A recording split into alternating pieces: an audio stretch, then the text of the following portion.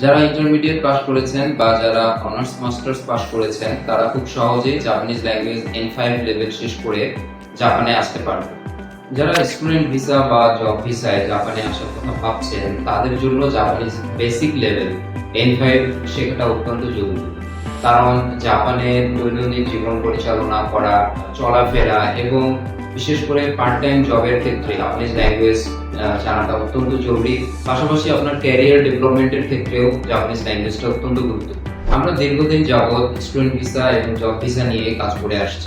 আমাদের এখান থেকে প্রতি সেশনে স্টুডেন্ট ভিসায় অনেকেই জাপানে যাচ্ছেন, পাশাপাশি প্রতি মাসে জব ভিসাতে অনেকেই জাপানে গমন করছেন।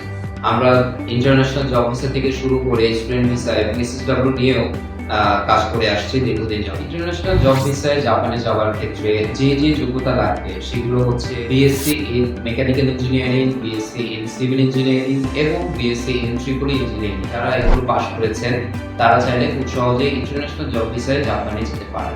আমাদের এখানে ভাষা শিক্ষা থেকে শুরু করে ডকুমেন্ট প্রসেসিং, ভিসা প্রসেসিং সহ A to Z গাইডলাইন আমরা প্রদান করে থাকি। ক্ষেত্রে যাদের ডকুমেন্টে বিভিন্ন ধরনের প্রবলেম থাকে সেগুলো সমাধানের ক্ষেত্রেও আমরা অফিস থেকে সম্পূর্ণ সাপোর্ট দিয়ে থাকি। আমাদের এখান থেকে অফলাইনের পাশাপাশি অনলাইনেও ভাষা শিখতে পারবেন। দূর থেকে যারা আসবেন তাদের জন্য হোস্টেলের সুব্যবস্থা রয়েছে। খুব শীঘ্রই আমাদের জাপানিজ ল্যাঙ্গুয়েজ N5 এর নতুন ব্যাচের ক্লাস শুরু হবে।